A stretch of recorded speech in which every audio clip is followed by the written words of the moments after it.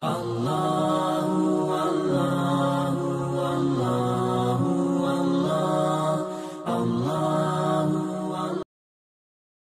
sekalian yang berbahagia, kita akan melanjutkan pembahasan kita dalam kitab Al-Kabair yang ditulis oleh Al-Imam Adz-Dzahabi rahimahullah, dan kita setelah sampai pada Al-Kabiratu Al-Hadiyatu Asyrata, jenis dosa besar yang ke-11. Beliau menyebutkan al-firaru minaz zahfi, lari dari peperangan. Ini termasuk dosa besar, jamaah sekalian. Sebagaimana Allah Subhanahu wa taala sebutkan dalam surat Al-Anfal, "Wa may yuwallihim yawma idzin duburahu illa", barang siapa yang berpaling atau mundur dari peperangan di saat sudah berada di medan perang, illa mutaharrifan liqitalin aw mutahazzizan ila fi'ah, kecuali kalau dia mundurnya untuk kembali mengatur strategi atau dia mundur untuk bergabung kepada kelompok yang satunya agar lebih kuat, faqad ba'a bi ghadabin minallah. Maka orang-orang yang mundur tadi tanpa uzur, tanpa untuk mengatur siasat dan strategi, tanpa untuk bergabung dengan kelompok agar lebih kuat, faqad ba'a bi ghadabin minallah, maka mereka akan mendapatkan kemarahan dan kemurkaan Allah Subhanahu wa taala. Wa ma'wahu jahannam wa bi'sal masir, dan tempat kembalinya adalah neraka jahanam, wa bi'sal masir, dan seburuk-buruk tempat kembali. Na'udzubillahi min dzalik.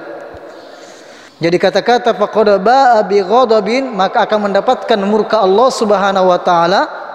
Inilah salah satu tanda-tanda bahwasanya perbuatan tersebut adalah dosa besar.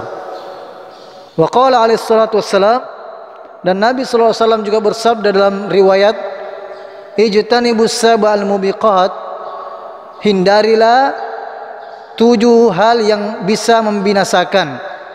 Dan beliau sallallahu alaihi wasallam menyebutkan salah satu di antaranya adalah at-tawalli yaumaz zahf, berpaling dari peperangan atau mundur dari peperangan atau lari dari peperangan. Jamaah yang dimuliakan Allah Subhanahu wa taala, kita tidak diperbolehkan untuk bertemu dengan musuh. Maksudnya adalah kita tidak diperbolehkan untuk berangan-angan bertemu dengan musuh. Tapi kalau sudah berhadapan, maka kita tidak boleh mundur. Sebagaimana dalam hadis Nabi sallallahu alaihi wasallam, la tatamannau liqa'al adu, janganlah kalian beriming-iming atau berangan-angan bertemu dengan musuh. Fa idza laqitumuhum fasbutu, namun jikalau kalian sudah berhadapan bertemu, maka tegarlah, jangan berpaling dari hal tersebut. Apa yang dianjurkan jamaah sekalian di saat sudah bertemu dengan musuh? Dalam surat Al-Anfal, Allah Subhanahu wa taala menyebutkan, ya ayyuhalladzina amanu idza laqitumul ladzina kafaru zahfan fala tuwalluhumul adbar. Hai orang-orang yang beriman, jika kalian telah bertemu dengan musuh dan orang-orang kufar, maka janganlah kalian mundur, janganlah kalian membelakangi mereka. Wa may yuwallim yawma idzin duburahu illa mutaharrifan liqitalin aw mutahayyizan ila fi'ah faqad ba'a bi ghadabin minallah wa ma'wahu jahannam wa bi'sal masir. Karena barang siapa yang mundur pada saat itu kecuali berbelok untuk siasat perang atau hendak menggabungkan diri dengan pasukan yang lain, maka sungguh orang itu kembali dengan membawa kemurkaan dari Allah Subhanahu wa taala. Tempatnya ialah neraka jahanam, dan ia seburuk-buruk tempat kembali. A'udzubillahi min dzalik. Yang kedua jamaah sekalian, Allah Subhanahu wa taala menyebutkan dalam ayat ke-45, Di surat Al-Anfal juga, ya ayyuhalladzina amanu, hai orang-orang yang beriman, idza laqitum fi'atan fasbutu. Jikalau kalian bertemu dengan musuh, maka tegarlah. Kemudian apa? Wadhkurullaha katsiran la'allakum tuflihun. Dan banyak berzikirlah kepada Allah Subhanahu wa taala agar kalian beruntung. Dalam berjihad pun jamaah sekalian, kalau memang sudah kita diperhadapkan dengan jihad, alhamdulillah negara kita belum sampai kepada taraf itu. Yang sekarang jihad kita adalah jihad dengan berdakwah, menuntut ilmu. Man kharaja fi sabilillah, man kharaja fi talabil ilm fa huwa fi sabilillah. Barang siapa yang keluar untuk menuntut ilmu, maka dia di jalan Allah Subhanahu wa taala. Ini jihad kita sekarang jamaah sekalian. Kita menuntut ilmu, kemudian mendakwakannya, sehingga kita menjadi orang yang beruntung. Sebagaimana dalam surat Al-Asri, ya illal ladzina amanu wa amilus solihat wa tawashaw bil haqqi wa tawashaw bis sabr. Inilah jihad kita sekarang ini. Tapi kalau sudah misalnya terjadi, kalau orang kafir sudah menyerang dan sebagainya, maka inilah yang kita harus lakukan. Apalagi kalau sudah diumumkan oleh pemimpin. Tapi sekali lagi belum di negara kita. Jamaah yang Allah Subhanahu wa taala. Ya ayyuhalladzina amanu idza laqitum fi'atan. Wahai orang-orang beriman, jikalau kalian berhadapan dengan musuh, maka tegarlah dan perbanyaklah zikir kepada Allah Subhanahu wa taala. Bayangkan jamaah sekalian, dengan kalimat takbir saja para pejuang dahulu mereka semangat untuk berjuang di jalan Allah Subhanahu wa taala. Pekikan takbir Allahu Akbar, ya dengan merasakan kalimat tersebut tidak ada yang ditakuti lagi kecuali Allah Subhanahu wa taala. Dengan zikir kepada Allah Subhanahu wa taala kita akan beruntung. Ini dalam jihad, dalam berbisnis juga, dalam jual beli pun kita menunggu pelanggan, atau dalam pekerjaan kita juga dianjurkan perbanyak zikir. Ya, ketika sholat Jumat telah didirikan, fantasyir fil ard, maka bertebaranlah di muka bumi ini. Wabtagu min fadlillah, carilah rezeki yang Allah Subhanahu wa taala telah siapkan. Keutamaan dari Allah Subhanahu wa taala. Wadhkurullah, tapi ingat perbanyak zikir. La'allakum tuflihun, menunggu pembeli, pelanggan, kita dalam berkebun dan sebagainya, perbanyak zikir jamaah sekalian. La'allakum tuflihun, agar kalian beruntung. Agar kalian beruntung kata Allah Subhanahu wa taala. Nah ini jamaah sekalian, di antara salah satu dosa besar adalah lari dari peperangan. Semoga Allah Subhanahu wa taala yang memberikan kita asyhada fi sabilihi dan dimasukkan ke dalam surganya, dan tidak menjadi orang-orang pengecut yang lari dari musuh. Na'udzubillahi min dzalik. Baik.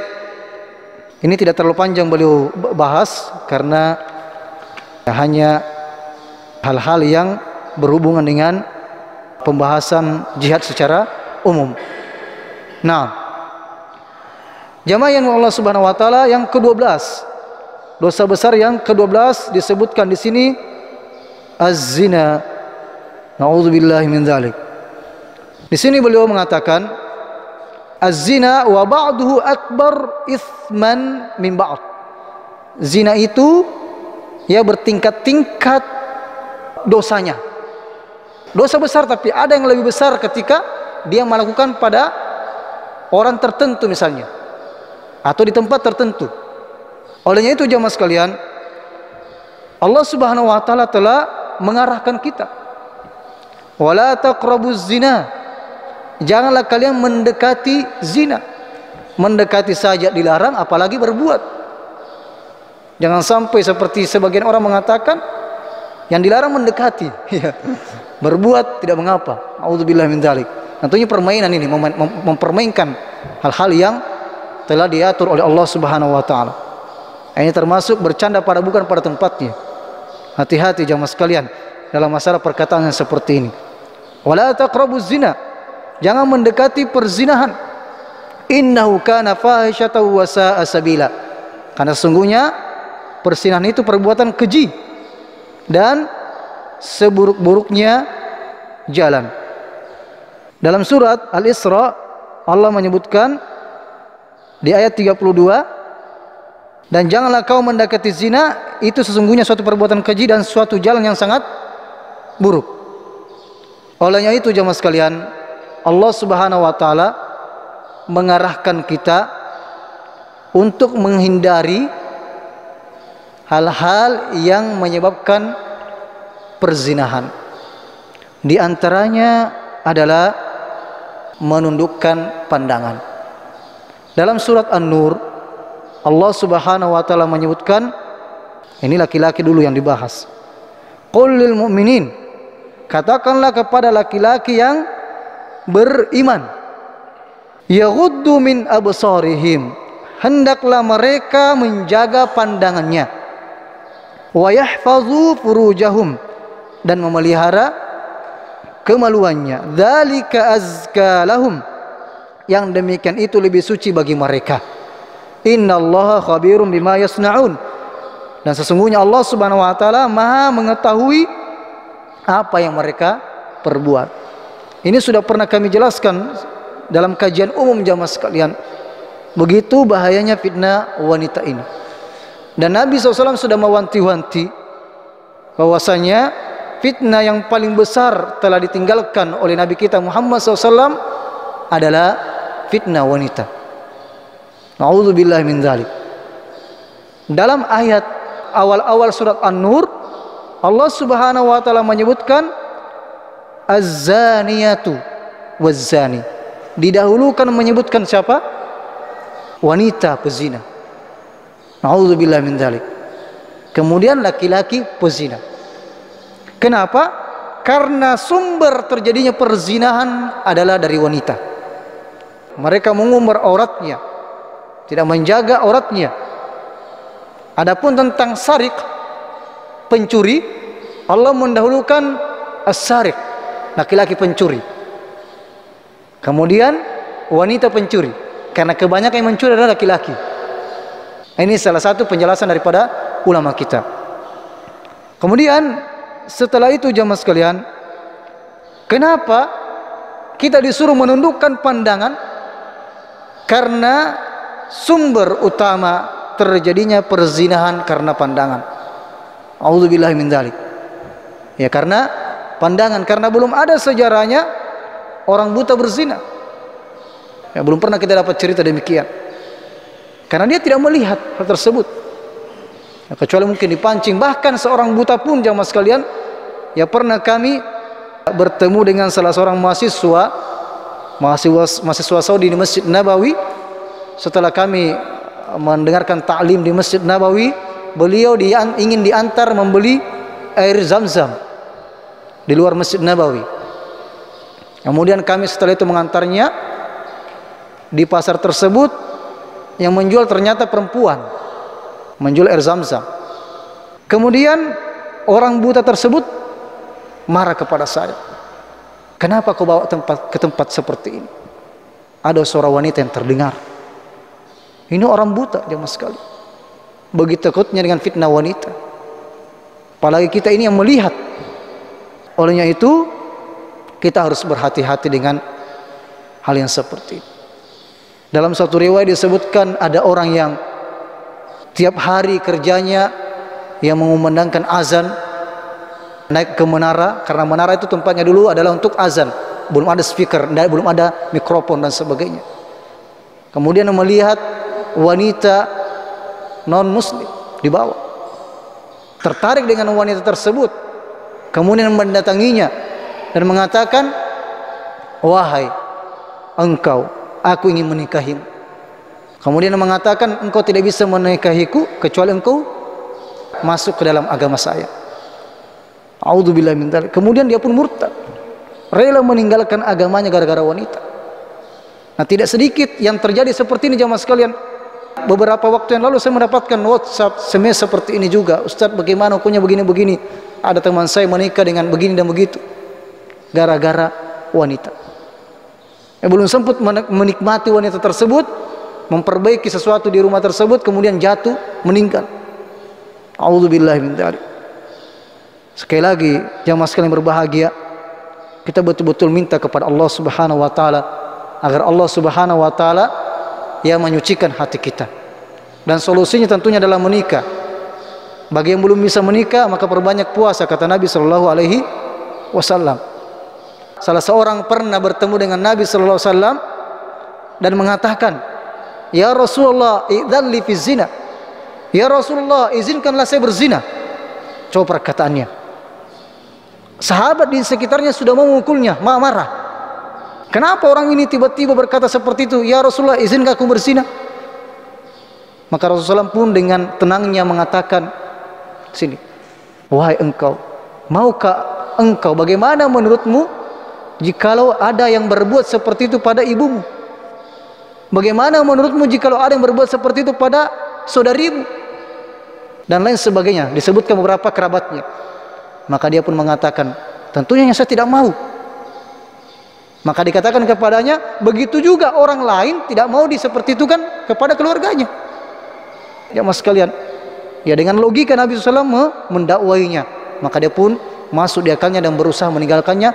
Dan Rasulullah SAW mendoakannya, ya Allah, sucikanlah hatinya dan jagalah kemaluannya. Subhanallah. Ini yang kita seharusnya senantiasa minta kepada Allah, kesucian jiwa, menjaga diri kita dari hal-hal yang seperti itu. Maka usahakanlah kita berusaha menundukkan pandangan.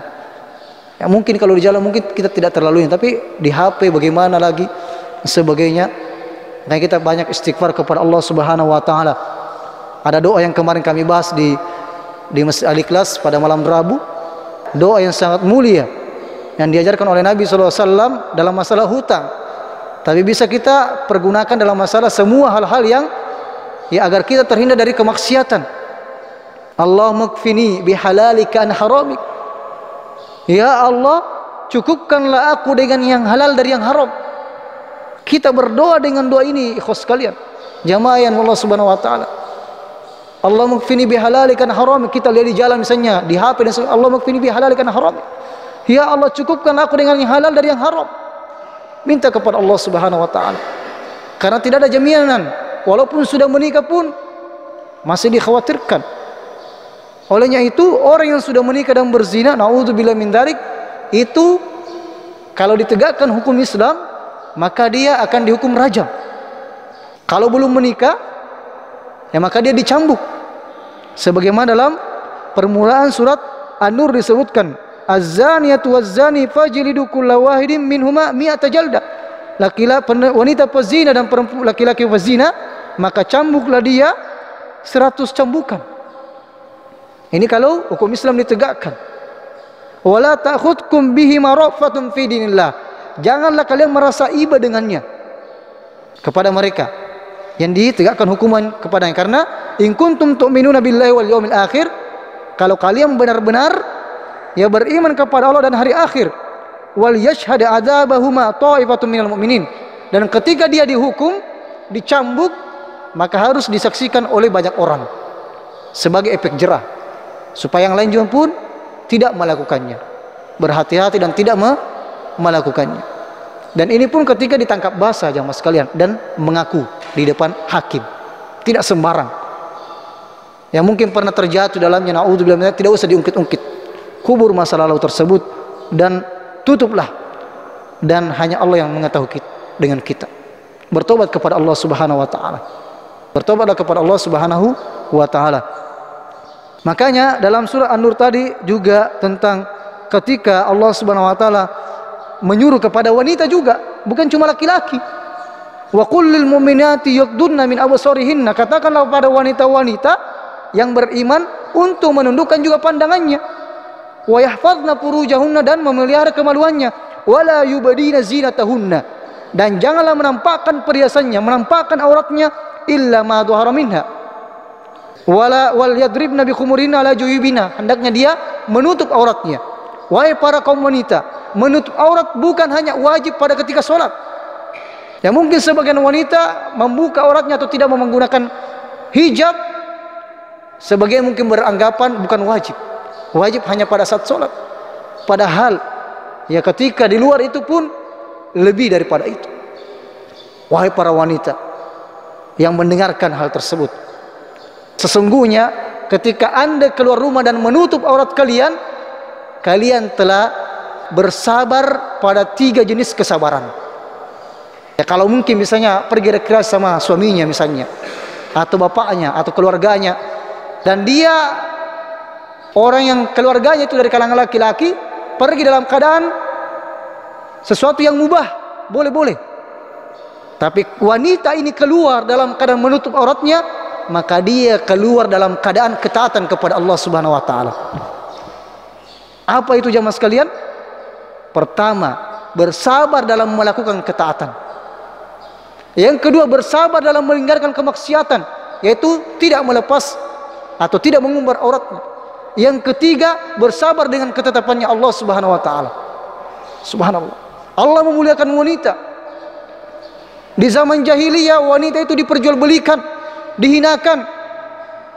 Setiap bayi wanita yang lahir, bayi perempuan yang lahir itu langsung dikuburkan hidup-hidup. Ketika ada orang yang mau melahirkan, itu sudah digali kuburan di bawahnya. Dan ketika anak perempuan yang melahir, langsung dikuburkan hidup-hidup jamaah sekalian. Begitu dihinakannya wanita pada zaman jahiliyah. Islam datang untuk memuliakan wanita. Janganlah sampai kita mengatakan orang modern adalah mengumbar auratnya seperti artis misalnya. Justru mereka adalah orang jahiliyah, orang yang seperti suku-suku di sana misalnya tidak pakaian. Justru mereka yang kuno. Kita syukur kepada Allah Subhanahu wa taala, ya, karena Allah Subhanahu wa taala memberikan kita hal ini dan menyuruh kita menutup aurat. Dan inilah target syaitan. Salah satu target syaitan untuk menelanjangi manusia. Sebagaimana dalam surat Al-A'raf Allah Subhanahu wa taala sebutkan, ya bani Adam, qad anzalna 'alaikum libasa. Wahai anak cucu Adam, kami telah turunkan kepada kalian libasa, pakaian, maka pakailah. Yuwari sawatikum warisha, untuk menutup aurat kalian, warisha, dan sebagai perhiasan. Walibasut taqwa dzalika khair, dan sebaik-baik pakaian adalah pakaian takwa. Dzalika min ayatillahi la'allahum yadhakkarun, dan itulah tanda-tanda kekuasaan Allah, mudah-mudahan mereka mengingat. Ya bani Adam, hai anak cucu Adam, la yaftinannakum syaitan, jangan sampai kalian itu tertipu oleh syaitan. Sebagaimana halnya kama akhraja abawaikum minal jannah, sebagaimana dia telah berhasil menipu abawaikum, orang tua kalian Adam dan Hawa, sehingga dikeluarkan minal jannah, dari surga. Apa yang terjadi? Awalnya menutup auratnya ketika di surga, namun ketika telah bermaksiat dilemparkan ke dunia ini, apa yang terjadi? Yanzi'u anhuma libasahuma, mereka pun telah membuka auratnya, terbuka aurat. Ini targetnya syaitan jemaah sekalian. Jadi Allah Subhanahu wa taala telah memperingatkan, wahai anak cucu Adam, janganlah kalian tertipu sebagaimana tertipunya Nabi Adam dan Hawa. Mereka dikeluarkan dari surga sehingga tampaklah auratnya.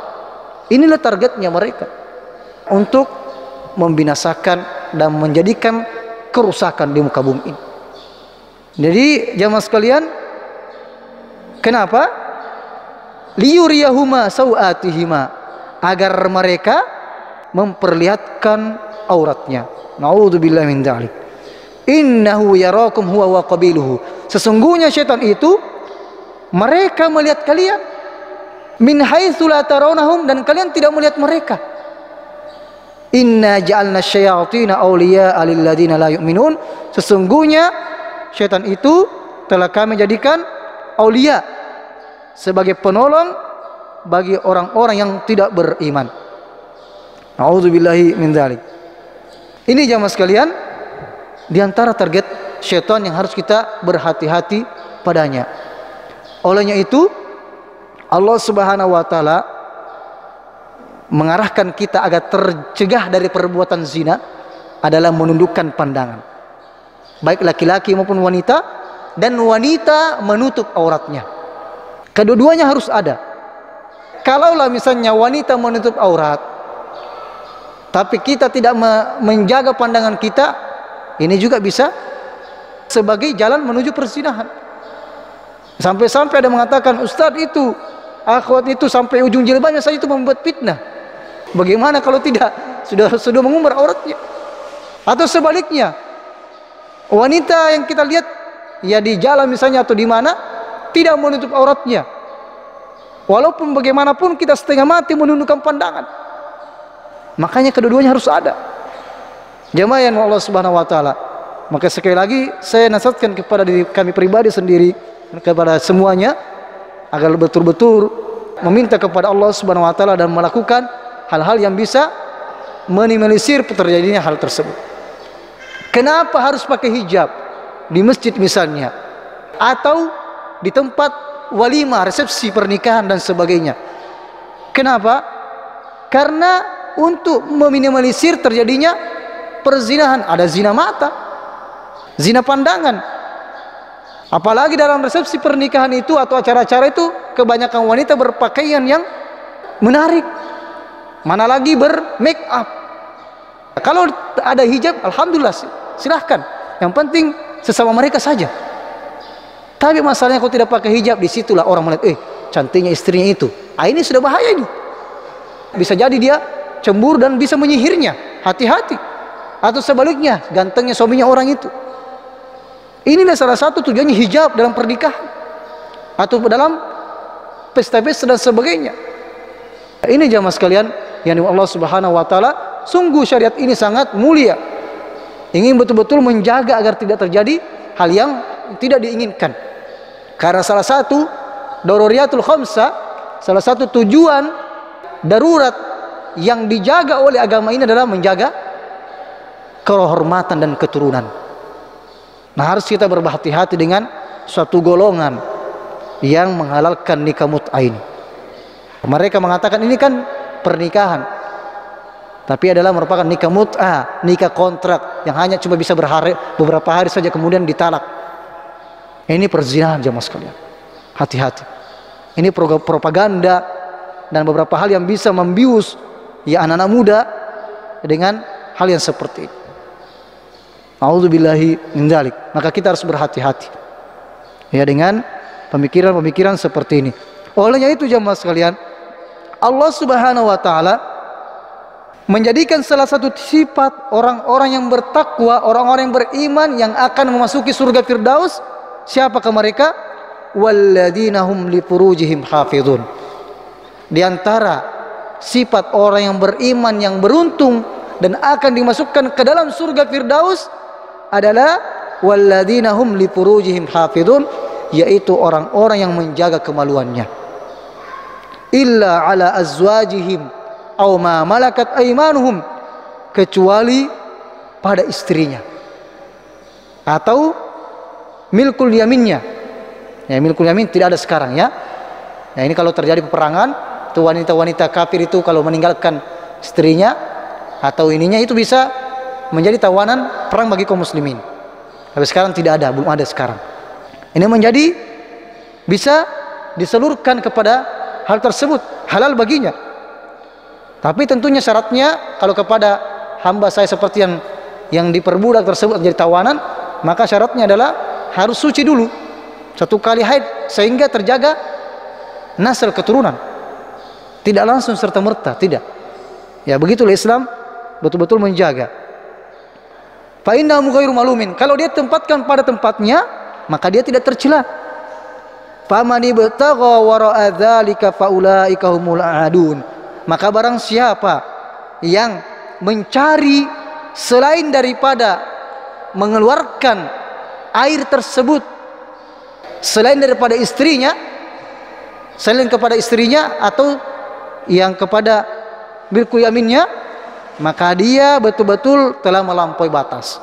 Dari ayat inilah jamaah sekalian, di antara dalil ulama kita mengharamkan namanya istimna. Dari ayat inilah ulama kita sebagian besar mengambil ya pendapat mengharamkan namanya istimna. Dalil tentang pengharamnya istimna. Apa istimna? onani, masturbasi. Akramakumullah. Inilah karena dia menyalurkan bukan pada tempatnya. Olehnya itu caranya jamaah sekalian, maksiat yang sepertinya sering terjadi mungkin di kalangan para laki atau perempuan dan sebagainya yang tidak punya pasangan ya, atau jauh dari pasangan, a'udzubillahi min dzalik. Ini yang dikatakan al-adatus sirriyah, kebiasaan yang tersembunyi dalam bahasa Arabnya. A'udzubillahi min dzalik. Maka solusinya adalah ya meminta kepada Allah, jangan suka menyendiri, sibukkan diri dengan ketaatan, hafal Quran dan sebagainya, dan merasa diawasi oleh Allah Subhanahu wa taala, dan tundukkan pandangan. Tentunya menundukkan pandangan. Tidaklah terjadi seperti itu kecuali melihat sesuatu yang bisa ya membangkitkan syahwat. Maka kita harus hati-hati, apalagi dengan medsos yang ada ini. Hati-hati. Ya, jamaah sekalian yang Allah Subhanahu wa taala, perbanyak istighfar kepada Allah Subhanahu wa taala. Olehnya itu di akhir tadi pembahasan, ketika disuruhnya kita menundukkan pandangan, Allah Subhanahu wa taala menyebutkan dalam surat tersebut, dalam surah An-Nur ayat 31, wa tubu ilallahi jami'an, bertobatlah kalian semua kepada Allah Subhanahu wa taala, ayyuhal mu'minun, wahai orang-orang yang beriman, la'allakum tuflihun, agar kalian beruntung. Jadi inilah batas-batasnya jemaah sekalian yang harus kita ya perhatikan agar tidak terjadinya perzinahan. Di sini tadi disebutkan dosa perzinahan itu, dosanya itu tergantung kepada siapa dia melakukannya. Na'udzubillahi min dzalik. Di antaranya adalah antuzaniya halilata jarik. Nabi SAW ditanya, ayyu dzambi a'zam? Ya Rasulullah, dosa apakah yang paling besar? Maka Nabi SAW bersabda, antaj'ala lillahi niddan wa huwa khalaqaka. Engkau menjadikan tandingan untuk Allah padahal Allah Subhanahu wa taala menciptakanmu. Ini berbuat kesyirikan. Qal thumma ay, kemudian apa lagi ya Rasulullah? Qal an taqtula waladaka khasyata an yat'ama ma'aka. Engkau membunuh anakmu khawatir dia makan bersamamu. Ini biasa karena takut kemiskinan. Jamaah sekalian berbahagia, ini perlu kami tekankan dan kami ingatkan bahwasanya keberadaan anak-anak itu tidak mengurangi rezeki kita. Justru lancarnya rezeki atau nafkah yang kita dapatkan itu karena mereka ada bersama kita. Innama tunsaruna bidu'afaikum. Kalian itu ditolong oleh Allah Subhanahu wa taala karena orang-orang lemah. Lancar bisnis kita itu karena kita punya istri, salah satunya. Itu karena kita punya anak-anak. Dari situlah rezeki mereka. Ini harus kita tekankan, keberadaan mereka justru merupakan rezeki dari Allah Subhanahu wa taala. Apalagi jamaah sekalian, setelah itu summa ai, kemudian apalagi? Ya olehnya itu jamaah sekalian, dilarangnya apa? Dilarangnya Islam ini melarang untuk apa? Untuk membatasi keturunan. Membatasi keturunan kalau tidak ada uzurnya. Menjaga jarak, misalnya agar supaya tidak berentetan sehingga susah untuk mengaturnya. Tidak mengapa menjaga jarak. Tapi kalau sampai membatasi, maka ini yang dilarang. Ini yang dilarang, apalagi kalau sampai menggugurkan. Jamaah sekalian yang berbahagia, begitu banyak orang menginginkan keturunan, bertahun-tahun menikah tidak ada keturunannya. Ini kita justru menolak dari Allah Subhanahu wa taala. Syukurlah kepada Allah Subhanahu wa taala, dan janganlah bersedih kepada yang belum diberikan keturunan. Carilah anak-anak ideologis yang kita tanamkan mereka, kita bantu mereka, sehingga dengan itu mereka menjadi amal jariah kita. Jamaah yang Allah Subhanahu wa taala. Tsumma ai, kemudian dikatakan apalagi ya Rasulullah dosa besar tersebut? Antuzaniya halilata jarik. Engkau berzina dengan tetanggamu. Nauzubillahi min dzalik. Karena seharusnya tetangga itu dijaga. Ini salah satu, apalagi kalau sampai berzina dengan mahram. Nauzubillahi min dzalik. Tentunya dosanya lebih besar. Mungkin yang terakhir jamaah sekalian, sebelum kita tutup ini, adapun tadi kalau laki-laki atau perempuan yang pernah merasakan pernikahan. Ya, kalau tadi yang belum pernah menikah, belum pernah merasakan namanya pernikahan, maka dicambuk 100 kali. Tapi kalau sudah pernah melakukan pernikahan, ya yang jelasnya pernah merasakan. Apakah sudah cerai dan sebagainya atau apa? Jelasnya pernah merasakan namanya pernikahan sah. Kemudian berzina, naudzubillahi min dzalik, maka itu dihukum rajam. Kalau syariat Islam ini ditegakkan. Tapi ingat jamaah sekalian, tidaklah serta-merta langsung seperti itu, tapi harus ada saksi 4 orang. Begitu mulianya Islam ini, agar kita betul-betul menjaga aib-aib kita. Barakallahu fikum, jamaah sekalian, mohon diarahkan kalau ada kesalahan. Semoga Allah Subhanahu wa taala menjaga kita dari perbuatan kemaksiatan. Allahumma ba'id bainana min khotoyaya kama ba'adta bainal masyriq wal maghrib. Allahumma ati nufusana taqwaha wa zakkiha wa anta khairu man zakkaha anta waliyuha maulaha. Allahumma kfina bihalalika an haramik wa aghnina bifadlika amman siwak. Subhanakallahumma bihamdik asyhadu an la ilaha illa anta astaghfiruka wa atubu ilaik. Wa sallallahu ala nabi Muhammad walhamdulillahi rabbil alamin. Assalamualaikum warahmatullahi wabarakatuh.